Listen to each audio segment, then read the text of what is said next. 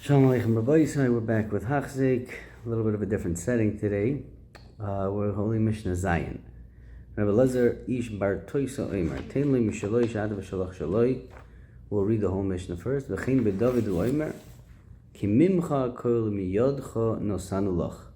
Rabbi Shimon Omer Malach Bader V'Shoine Umafsig Mishnasa V'Omer Manoi Lanze Umanoi Nirze Mala Olava Kozav Kila Mischai B'Nafshe. So we have two memories, one from Rabbi Lezer and one from Rabbi Shimon.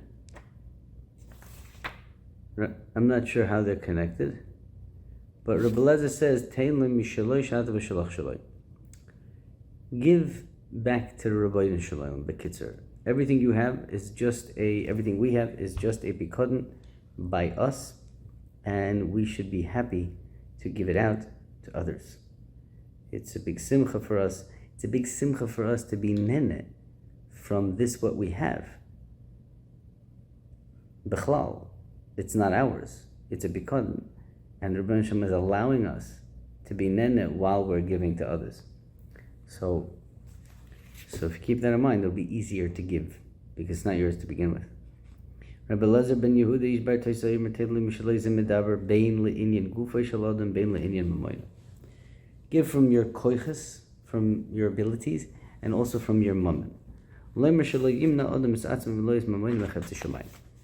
Don't be moineh yourself from cheftzei shomayim, not in your goof and not with your mammon. What's the reason? Because nothing really is yours.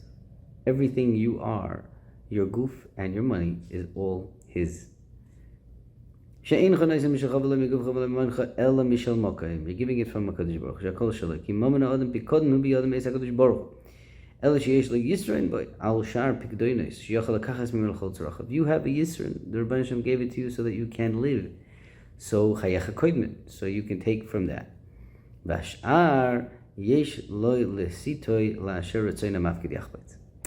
The leftovers, you give that away. And that's the chayfetz of the true owner. That's what he wants. Mefurish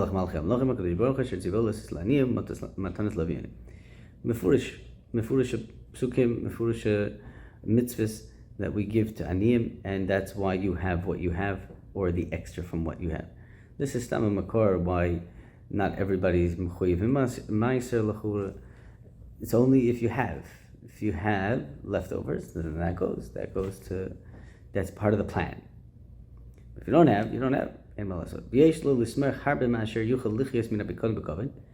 have a lot to be happy for that you're allowed to live off of this pikadon. He gave him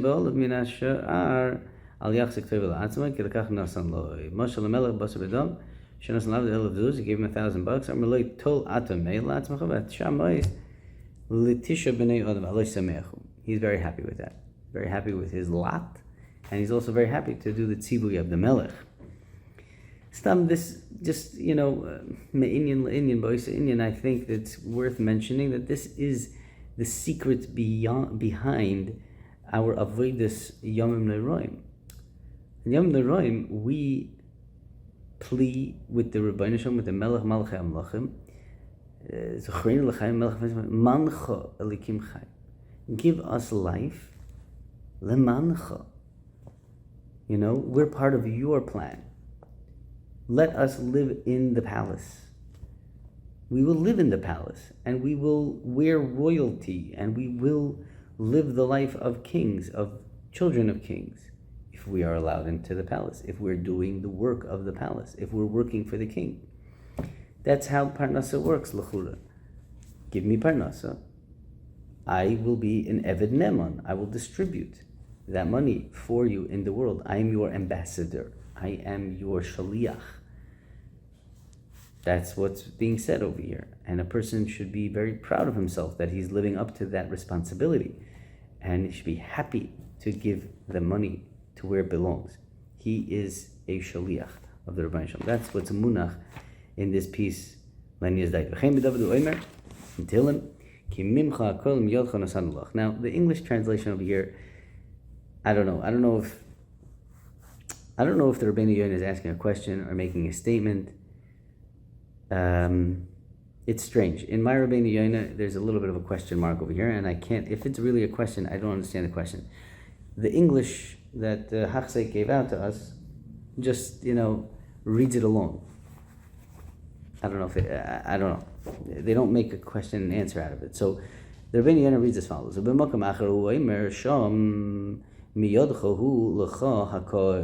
have a pasuk that says, Ki mimcha hakol umiyodcha nosanu lach.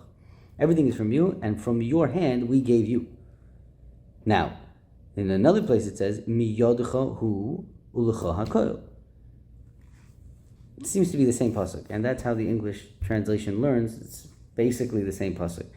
But in my Pirkei Avot over here, there's a question mark. Kilu, like this pasuk is different than that pasuk. I don't know what that means. If it is different, so then I don't know what the difference is. And it seems to be answering the question. V'hu nemar le'inyan guf hamomen, guf al hamomen. V'hu nemar le'inyan haguf al hamomen. Asher echinu libnas beis mikdash. That pasuk is referring to the binyan beis hamikdash to not only give the money, but also do the work. I'm sorry. Period. The first pasuk, the second pasuk is nemar le'inyan mammon. First pasuk is talking about the goof, and the second pasuk is talking about the mammon.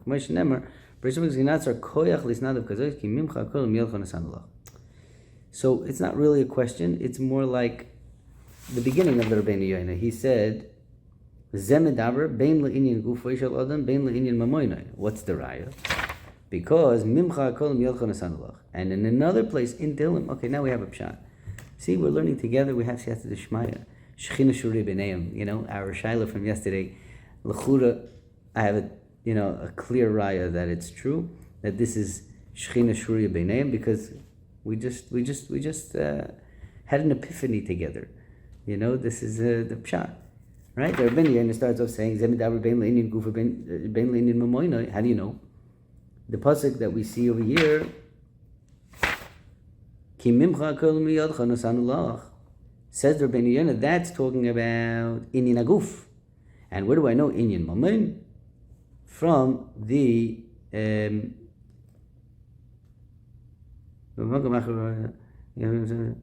sorry. How do I know mammon? I know it from the pasuk here. Ki mimcha kol miyodcha nosanu lach. Now, in the other pasuk, miyodcha hu lecha hakol, that's talking about the binyan beis hamikdash, and over there it was talking about, your labor. So that's how the Rabbeinu Yonah knows that it's talking about both inyan aguf and inyan mammon. So that's pshat. Okay, that's good. I don't know. I have to look back in the English if the English read like that, but that's l'chura what's going on over here in the Rabbeinu Yonah. Rabbi Yaakov v'omer malo b'derech Hashem mishnas mafsik v'omer mano ilan zeh mano nir zeh malan olav ki ilu mischayv b'nafshe. That's a big problem.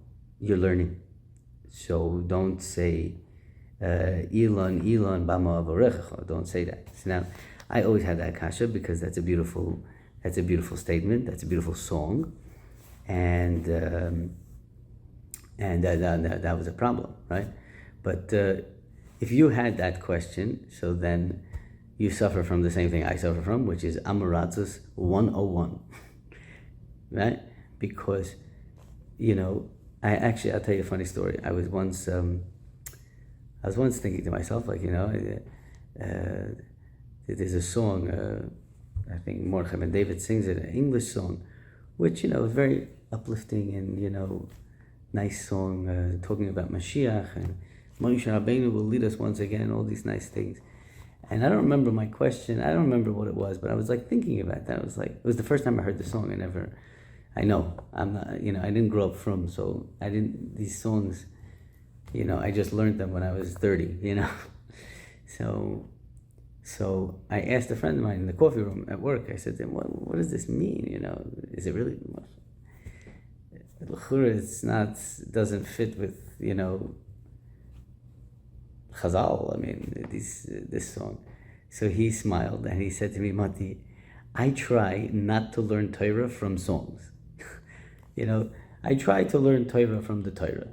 And it's a big problem nowadays, sometimes we know Mamari Chazal. I was sitting with my Rosh Koil, a Goin Adir, And he was telling me that when he was a young man, or a young, even before he was married, he remembers when Jewish music first started happening. And he said, it's never going to go. It's never going to go. This is ridiculous. It's like never going to go. So he was making fun of himself in the car. He told me, yeah, you see where my Groisa Mevinus took me, you know? Like, I said that it was never going to take off, and today Jewish music is like all over the world, you know? And I said to him, I was like, Rebbe, you know, I just heard a line, and I was able to realize how much he was bothered by this statement. I knew it would bother him, that's why I told him. So I said to him that somebody just told me that Yehuda Green, I think his name is, the famous composer, Yehuda Green. Yehuda Green claims to be the biggest Rosh Hashiva in the world because all of his songs are based on Chazal, and he taught the world all of these Chazalim. And my Rebbe was like, biggest Rosh Hashiva in the world, that's such a no, you don't say such a thing, you know. So now, again, I don't remember where I heard it from, so it's a Kli Shlishi, you know, Kli Asiri, you know, maybe it's true, maybe it's not true, it doesn't make a difference, but such a statement to be said, and to be, you know, I said it over to a real Talmud Chacham, a big Talmud Chacham, and that's a shver zach. So we don't learn Torah from songs. Try not to learn Torah from songs. So if you had a kasha on this Mishnah from a song, Ilon Ilon, so then, you know, you suffer from the same thing I suffer from. Amaratzis 101, okay? Sure, Amaratzis. I looked up the Gemara, and the Gemara, no shaykhs. It wasn't talking about a guy walking down the street, a Tana or an Amoira walking down the street. It's like, oh, what a beautiful tree, you know? And it's just, you know, like, you know, Victor Miller type of stuff, you know, like looking at the seed and just, you know, loving the creation and stuff like that. No, it's a b'chlal not. That's not what the Gemara is talking about at all. Zero, zilch. You can look it up yourselves. The Gemara is basically talking about, actually in Yonim nowadays, you know, what we're dealing with now, the Avelis and stuff like this. And somebody asked one of the Amoraim for a bracha. And he said, let me tell you, you know, what are you asking me for a bracha for? Right? He said, I'll give you a mashal. Let's say a guy was hot and hungry and this, and he finds a tree and there's shade, and he was able to take an apple off the tree and eat something. Give him tchias ha-mason. And the guy was so full of energy and so full of akaras hatov, and he wanted to say thank you to the tree. And then he said, Elon, bama avrechecha, what can I give you a bracha? You have tail, you have beautiful fruit, you're tall, you're moiradik. So elama, you know, all of that comes from you should be good, you know, should be the same like you. That's the Gemara. So it has nothing to do with this. A person who is in the middle of learning, or trachting and learning, and he's walking down the street and he sees a beautiful sunset, or he sees a beautiful tree, he is mischayev b'nafshoy. He is mischayev b'nafshoy. Mala olav hakosav kilu mischayev b'nafshoy. You don't do that. When you're learning, you don't do that. Now, why? What you know? So, this, we'll read the Rabbeinu Yonah, but this is a Pesach Sif, Rabbi Isai. The Rabbeinu Yonah is like not even the tip of the iceberg. We have to now take this seriously and you know, maybe not together, maybe on our own, journey on understanding what Torah is. Because it's so something else that if you give shvach on the bria that the Rebbeinu Shem created while you're learning, you're mischayev b'nafshay. So we're missing something. We don't know what we're dealing with all day. Okay, so let's read the Rebbeinu Yonah and we'll stop here. When a person is learning, shouldn't do it. Why? One has to stand steadfast, scared, in front of the Torah.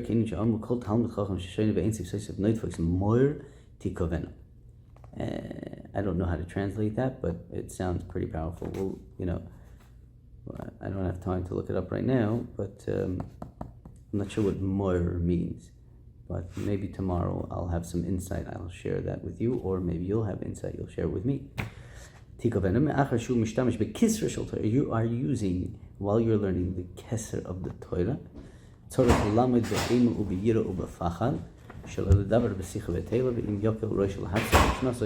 Hareze mischayev benafshe v'hadin noisei.